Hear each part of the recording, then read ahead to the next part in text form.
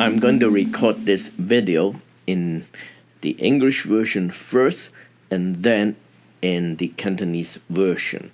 I decided some of my videos I'm going to have an English version because I really don't want my English speaking friends to feel left out.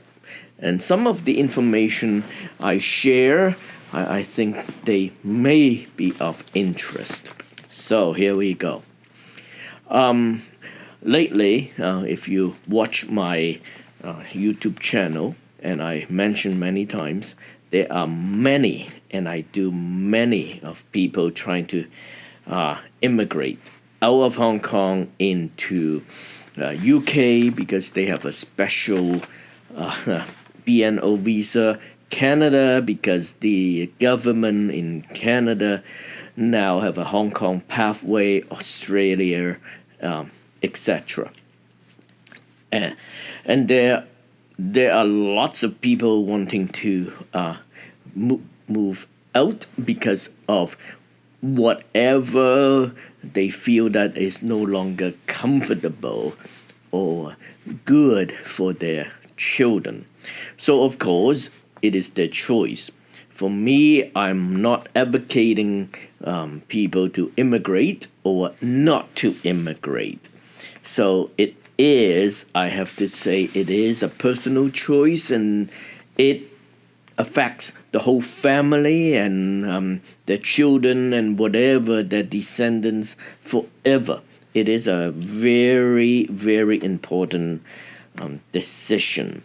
And for those, I know some that they are still in Hong Kong. They decided, hey, I'm not leaving. They would say, please go away. Go away. If you don't like the place, just go away.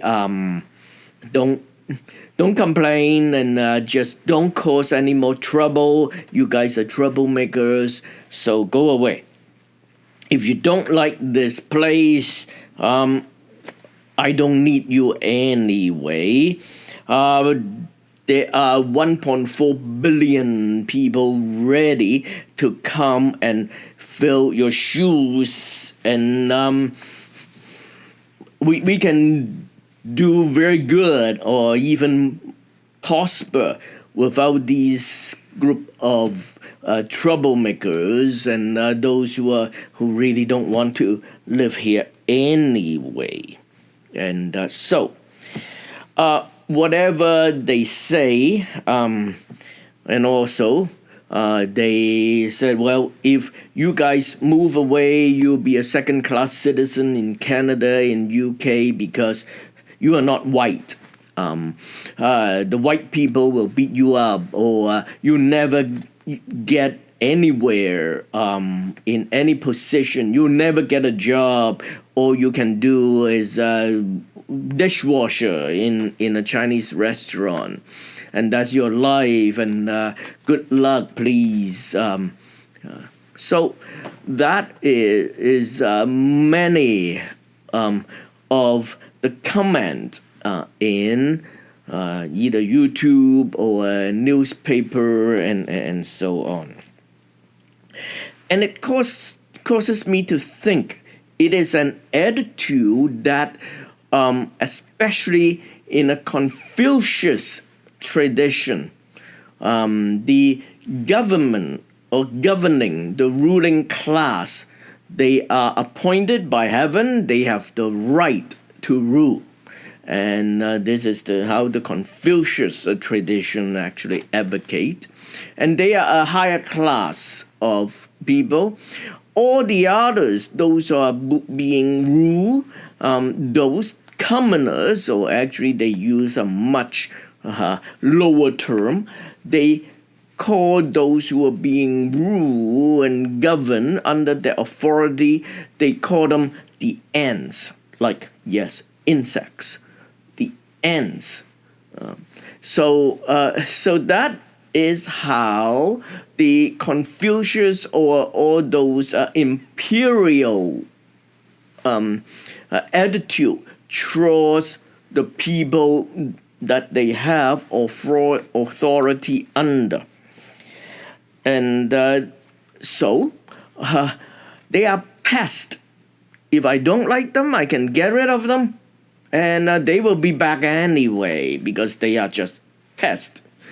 And it is this kind of attitude that perpetuates. So, but looking at how I live here and some of the ideas that I learned in whatever years I am here, there is a different concept in recent Western culture.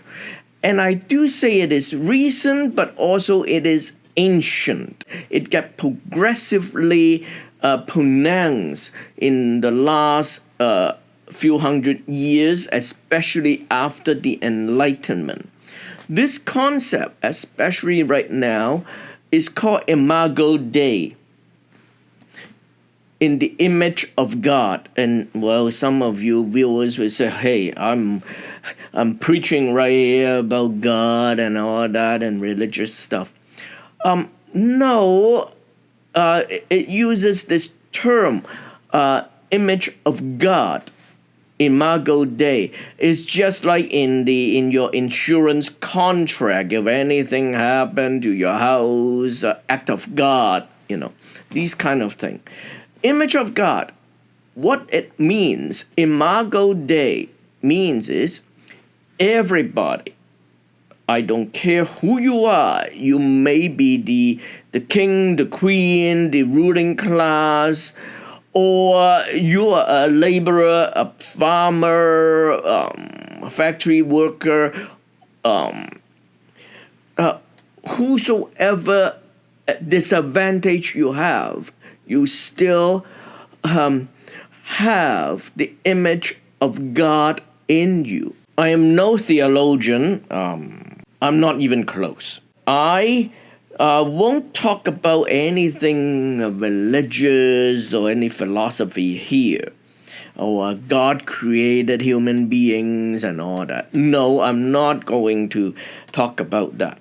But I use this Imago Dei, image of God idea, to illustrate how human should interact with other humans in this context, whether it is a friendly context or during some disagreement, or even to people that you really don't like, people that they are totally wrong. In this concept, every human has the image of God. What it means is we are equal and we should be treated with dignity and respect. In a traditional Confucius kind of a teaching, those who are not the ruling class, they will consider themselves, I am just too small. In English, there's a term called, we are too small potato. And actually, the Confucius idea has even a much lower view on commoners. We are just ants. No, not the ant-man. Ant that can achieve a lot, but ant, if we got trampled on, is just because, well, that's who we are.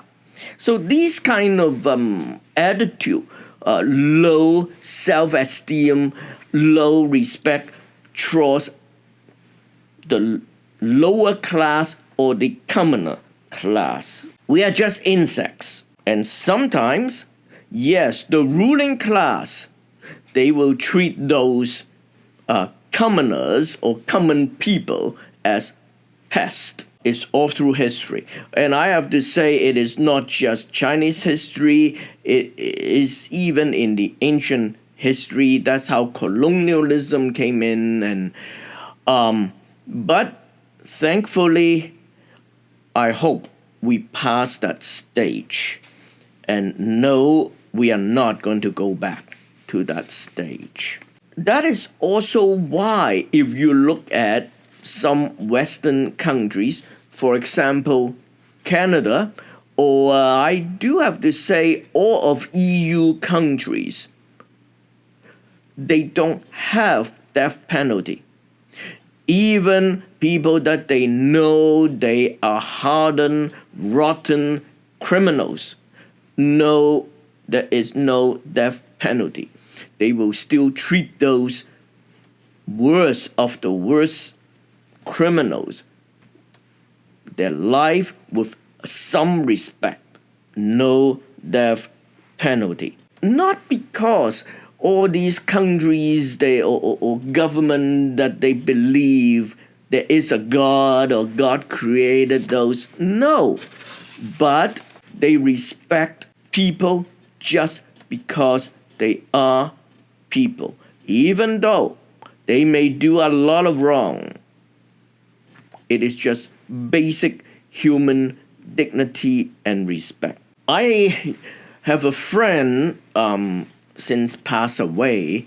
He was an immigrant to Canada from Zimbabwe. And as I said before in my other videos, we carpool for 1.5, 2 years before he passed away. And we chatted every day for an hour or two. I shared with him in Hong Kong and China. He shared with me African history, African history, and colonialism and Zimbabwe. And because Zimbabwe is so close to South Africa, so a little bit about South African, how Zimbabwe became Zimbabwe from Rhodesia and Mugabe and all that.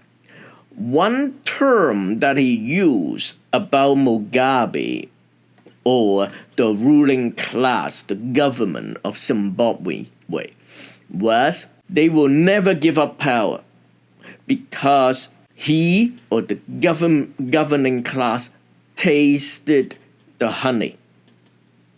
Now, I suppose it is his own native Zimbabwean term. When the ruling class tastes the honey, they taste the sweetness of power that can control those ants, those people. Since they have this power, they would never let go.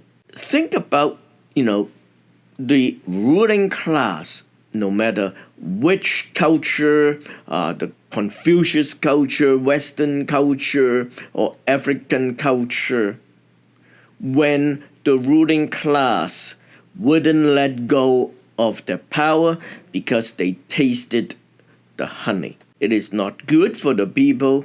It treated people as ants. No, I think we should do a lot better than that. They have the image of God. Imago Dei.